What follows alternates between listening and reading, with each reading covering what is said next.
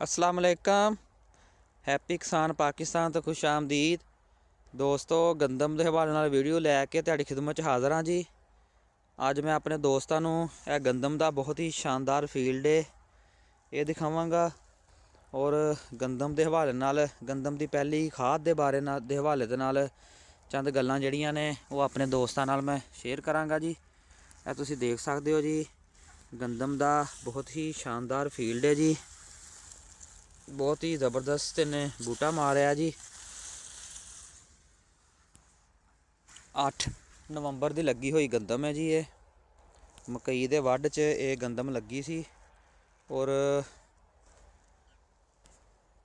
इस भाई नूं मशवरा दिता सी जी कि तुसीं कोर दे उत्ते यूरिया का इस्तेमाल नहीं करना, पानी लगा के उस तो बाद यूरिया का जड़ा है इनू गिले बत्तर दे विच छट्टा मारना है। लो जी, इस गंदम नूं कोर दे उत्ते 2 बोरियां DAP 2 एकड़ां नूं यानी कि 1 DAP 1 एकड़ नूं इस्तेमाल की गई है। और उस तो बाद गे कोर तो बाद 4-5 दिन बाद गिले बत्तर दे विच 1 बोरी यूरिया 2 एकड़ ते इस्तेमाल की गई है, यानी कि अद्धी बोरी यूरिया जिहड़ी है वो एकड़ ते इस्तेमाल की गई है। और माशाअल्लाह बहुत ही शानदार गंदम का फील्ड जिहड़ा है तुहानूं नज़र आ रहा है। तो मैं अपने दोस्तों नूं ਜਿਹੜੇ दोस्त हैप्पी किसान पाकिस्तान ਦੇ ਨਾਲ जुड़े आ या ਜਿਹੜੇ दोस्त मेरे इस वीडियो ਨੂੰ ਦੇਖਣਗੇ ਉਹਨਾਂ ਨੂੰ ਇਹ ਮਸ਼ਵਰਾ ਦੇਵਾਂਗਾ ਕਿ यूरिया ਦਾ ਇਸਤੇਮਾਲ ਜਿਹੜਾ ਉਹ ਤੁਸੀਂ ਪਹਿਲੇ ਪਾਣੀ ਤੇ ਇਸਤੇਮਾਲ ਉਹਦਾ ਨਹੀਂ ਕਰਨਾ, ਫਲੱਡ यानी कि यूरिया नहीं करनी।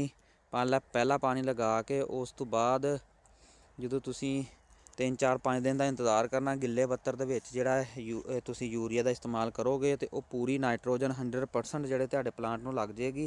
अगर तुसीं पानी दे विच फ्लड कर दोगे तो बहुत सारी यूरिया जी ज़ाया हो जाती है।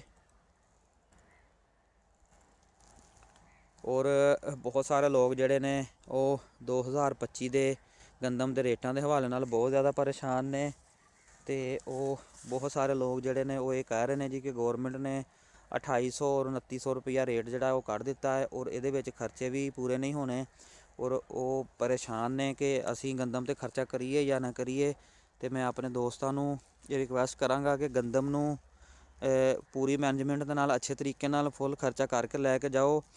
यह जड़ा 2800 और 2900 जड़ा रेट है ये गंदम रिलीज़ करन दा रेट है, यानी कि जिहड़ी पिछले सीजन च गंदम खरीदी गई सी उस नूं फैक्ट्रियां नूं मिल्लां नूं देण वाला रेट जिहड़ा वो 2800-2900 मुकर्रर किया गया जी।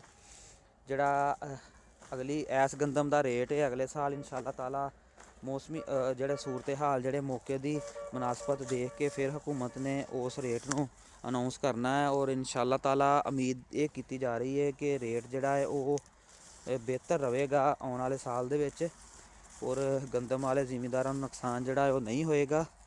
तो अपने दोस्तों नूं मैं रिक्वेस्ट करांगा कि दिल ना छड्डो।